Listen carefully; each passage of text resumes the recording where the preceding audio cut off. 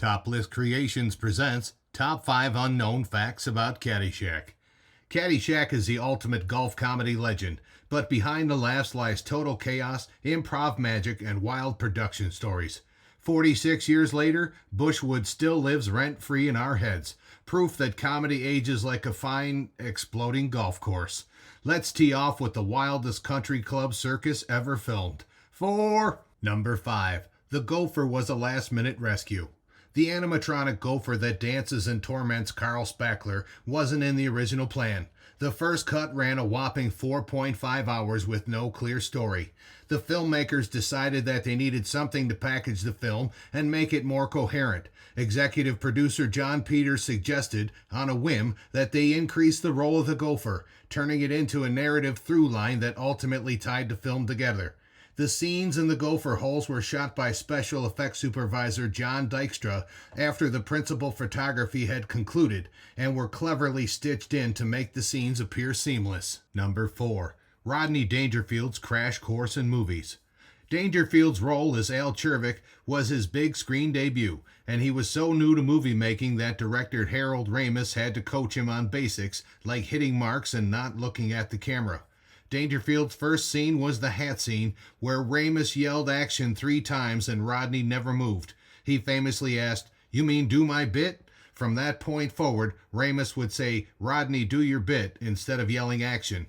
Rodney allegedly thought that he was bombing because no one was laughing at his jokes. Scott Cullumly, the slick caddy antagonist Tony D'Annunzio, reassured the rookie actor that if they had laughed, they'd ruin the take. Number 3. Murray vs. Chase. Real feud, fake zen. Bill Murray and Chevy Chase were real-life enemies during filming, stemming from bad blood after Chase left Saturday Night Live and some public shade-throwing. When director Harold Ramis realized the 2 biggest stars in the film, Murray and Chase, did not share a scene together, he, co-producer Douglas Kenney, along with Murray and Chase, met for lunch to write the now infamous showdown between Carl Spackler and Ty Webb in Carl's shack called the Zen Scene. The scene was ultimately improvised by the Saturday Night Live alums without incident and is often considered the funniest part of the whole movie. Number 2. Baby Ruth was based on a real prank.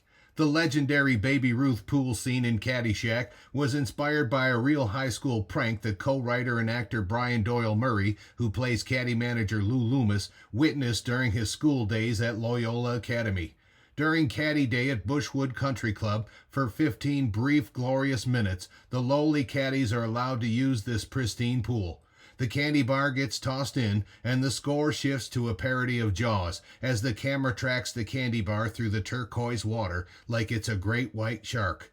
The lifeguard blasts his whistle while yelling, "Spaulding, no!" The stakes feel absurdly high for something so ridiculous, and that's exactly what makes it unforgettable. Number 1. The explosion mistaken for a plane crash. The massive final explosion was so enormous and loud that locals and even a low-flying commercial pilot mistook it for a plane crash and reported it as an emergency.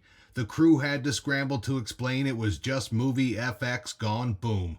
To get the owners of the country club to comply, producer John Peters invited them out to a swanky lunch away from the country club to thank them for letting the film use the location. Ramis then had the special effects crew blow up the fake green while they were away. Classic Caddyshack over-the-top chaos on real golf course set. From a near 4-hour disaster to a timeless comedy masterpiece, Caddyshack was so unhinged it needed a puppet to hold the plot together. In the end, the gopher wins and Bushwood greens are changed forever. For more Top List creations, please like, share, subscribe, and turn on notifications. Thanks for watching.